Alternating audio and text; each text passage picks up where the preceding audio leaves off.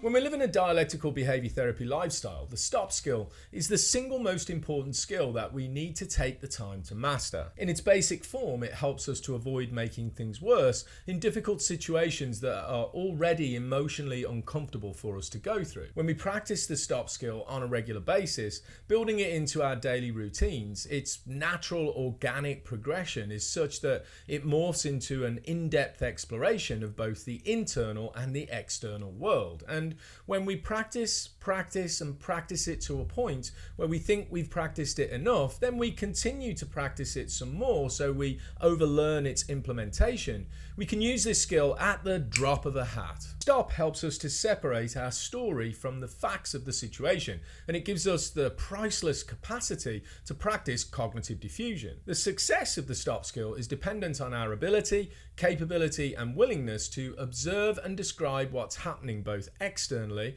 and, probably more importantly, what's happening internally within our personality system. Observe and describe is the foundation of mindful awareness from a DBT point of view. We can only describe what we can observe. So I can't describe what anyone else is thinking, what anyone else is feeling, or the reasons behind anyone else's behaviour. I can, however, describe the actions that they're taking, the things they're actually doing, but I cannot assign a reason or a meaning to their behaviour because I just can't see inside of their minds. This is the basic practice of how we begin to check the facts. Now, don't get me wrong, we don't discount the reasons and assumptions that we assign to people's behaviour. Quite the contrary. We have to recognise the presence of the story in our system and at the same time just not treat it as a fact. Stepping back from the rigidity of our story being fact allows us to evaluate whether or not the way we're currently seeing things playing out is just a complete fabrication, if it's a simple possibility,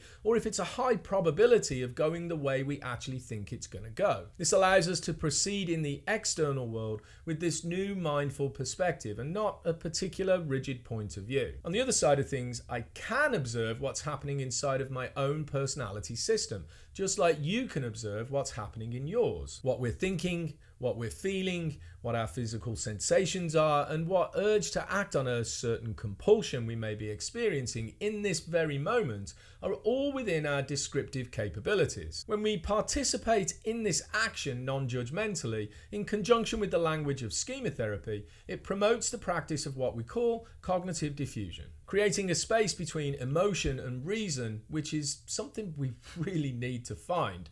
This internal space of dialectical observation is otherwise known in DBT as being in a wise mind state. So right now, in this moment, let's take a time out to practice the internal observational aspect of the stop skill. What we're about to do is the practice of the stop skill, and not necessarily how do you do it in real time in a particular moment of distress. How we use the stop skill in these moments is completely circumstantial, but the practice of it is absolutely key so we can understand what the process itself looks and feels like. I suggest printing out the worksheet that's connected to the website page for this skill. I'll leave a link in the description below. But assuming that you've already done that, right now, in this moment, there's nowhere else for us to be, nowhere else for us to go, and nothing else for us to do. So bringing your system into this moment, let's just stop. And if you feel comfortable, close your eyes. If not, that's completely okay. Just find a place to rest your eyes while we go through this process. And as you settle into whatever position you feel comfortable to be in, let's begin with taking some big, deep breaths. In through your nose and out through your mouth. And again, in through your nose and out through your mouth. And while you continue to breathe at your own pace, taking those big deep breaths and relaxing your body, I'd like you to turn your attention inside. See if you can recognize if there are any thoughts that are present in your mind. Pay attention to what it is you're thinking. Notice that this comes from a part of your personality that's simply trying to tell you something. and see if you can recognize what it is that it's trying to tell you. And while you continue to breathe, see if you can pay attention to any feelings or emotions in your system. Notice that these feelings are tied to a part of your personality that's also trying to communicate something. And see if you can recognize what it is that this part is trying to communicate. And as you continue to breathe, see if you can pay attention to your body. Notice any physical sensations or urges you might be experiencing. Recognize that this also could be a part of your personality that's simply trying to communicate with you. And see if you can tell what it is that it's trying to say. And as we take one more big deep breath, in through your nose and out through your mouth. When you feel comfortable, bring your attention back to the room you're in.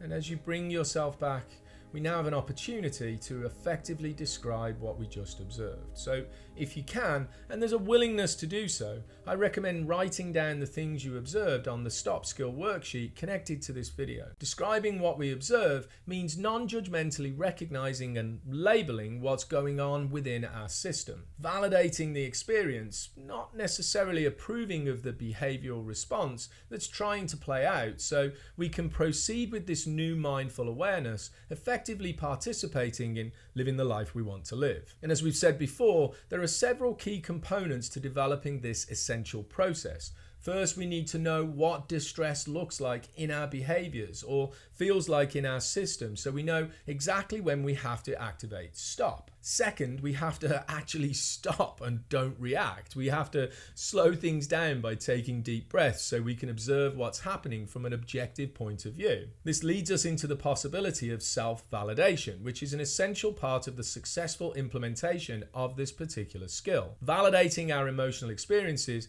can remove a rigid point of view.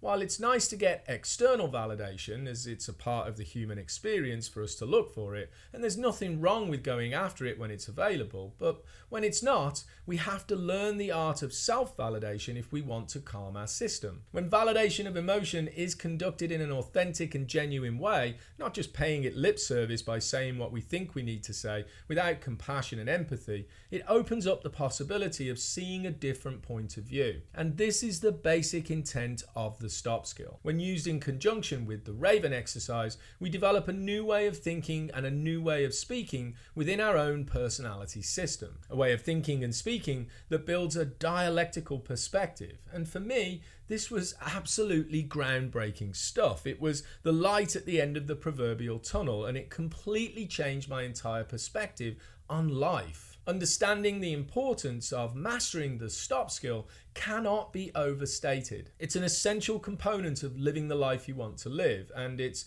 understanding this importance that has me continue to personally practice the stop skill multiple times a day. Guys, I hope this video gave you some insight into why the stop skill is so important and how we make it work in our day-to-day activities. If you haven't already, please subscribe to the channel and throw a like on this video while you're at it. But if you want to know more, take a look around the website and all the social media platforms connected with the Liberation Place. And if you feel like you're up for a live conversation, you can always come join me on Zoom each week in the chat room that I host for free. I'll leave a link to the page containing more information about these groups in the description below. Thanks for watching. Hope to see you again soon. Take care, be safe, and be well.